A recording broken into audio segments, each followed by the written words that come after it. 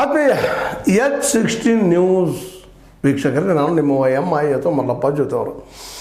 ಈ ಬ್ಲಾಕಿಂಗ್ ನಿಮಗೆ CET exam ಗೊತ್ತದ, ಅದರಲ್ಲೂ PUC ಆದ ತಕ್ಷಣ ಎಲ್ಲ ಮಕ್ಕಳಲ್ಲೂ, ಅದರಲ್ಲೂ ಸೈನ್ಸ್ ಮತ್ತು ಬುದ್ಧಿವಂತ ಮಕ್ಕಳಲ್ಲೇ ಏನಾದರೂ ಬದುಕಿಗೆ ನಾವು ಕಂಡುಕೋಬೇಕು, ಒಂದು ಒಳ್ಳೆಯದನ್ನು ಸಾಧಿಸಬೇಕು, ಅದರಲ್ಲೂ ಪ್ರೊಫೆಷ್ನಲ್ ಕೋರ್ಸ್ಗಳನ್ನು ಮಾಡ್ಕೋಬೇಕು ಅನ್ನುವಂಥದ್ದು.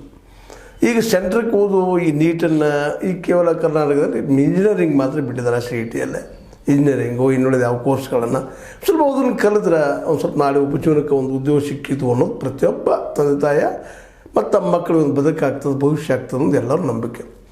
ಹೀಗಾಗಿ ಈ ದೇಶದ ಪ್ರಮುಖ ಅಂಗ ಅಂದರೆ ಶಿಕ್ಷಣ. ಅದು ಅದರಲ್ಲಿ ಸೈಂಟಿಫಿಕ್ ಟೆಂಪರ್ ಇದ್ದಂಥದ್ದು, ಸೈನ್ಸ್ ಓದಿದಂಥ ವಿದ್ಯಾರ್ಥಿಗಳ ಅವಕಾಶ ಹೆಚ್ಚಿರೋದ್ರಿಂದಾಗಿ ಇವತ್ತು ನೋಡಿರಿ UPSCಯಲ್ಲಿ ಪಾಸ್ ಆಗುವಂಥ ಮ್ಯಾಕ್ಸಿಮಮ್ ಅವರು ಸೈನ್ಸ್ ಓರಿಯೆಂಟೆಡ್ ಆಗ್ತಾ ಇದ್ದಾರೆ.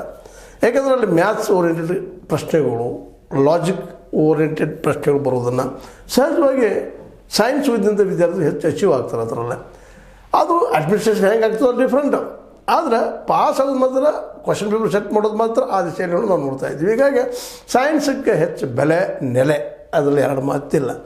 ಹೀಗಾಗಿ ಇಲ್ಲೇ ಇತ್ತೀಚೆಗೆ ಒಂದಿಷ್ಟು ನಿಮಗೆ ಗೊತ್ತದು ನೀಟ್ ಎಕ್ಸಾಮ್ ಕೇಂದ್ರ ಮಾಡಲಿಕ್ಕೆ ಶುರು ಮಾಡಿದ ನಂತರ ಕರ್ನಾಟಕದಲ್ಲಿ ಉಳಿದಿದ್ದು ಇಂಜಿನಿಯರಿಂಗ್. ಇಲ್ಲಿ ಒಂದು ಮಾತು ನಾವು ಗಮನಿಸಬೇಕಾಗಿದೆ, ಪ್ರೈವೇಟೈಸೇಷನ್ ಅನ್ನುವಂಥ ಒಂದು ದರಿದ್ರ ಈ ದೇಶಕ್ಕೆ ಎಂಟ್ರಿ ಆಗಿದ್ದು. ಯಾಕೆ ಇದರಿಂದಾಗಿ ಸರ್ಕಾರ ತನ್ನ ಜವಾಬ್ದಾರಿನೆಲ್ಲ ಅದನ್ನು ಹಾಕಿಬಿಡುವಂಥದ್ದು. ಪ್ರೈವೇಟ್ದಾಗ ಕೊಟ್ಬಿಡು. ಈವನ್ ಪ್ರೈಮರಿ, ಫ್ರೀ ಪ್ರೈಮರಿ ಎಲ್ಲನೂ ಪ್ರೈವೇಟ್ದವ್ರಿಗೆ.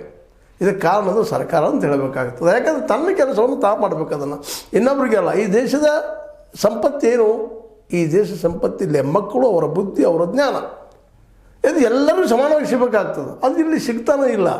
ಬಡ ಮಕ್ಕಳು 90% ಬಡ ಮಕ್ಕಳಿದ್ದಾರಲ್ಲ, 90% ಜನ ಇಲ್ಲಿ ಜಾತಿ ಮತ ಬೇಕಾಗಿ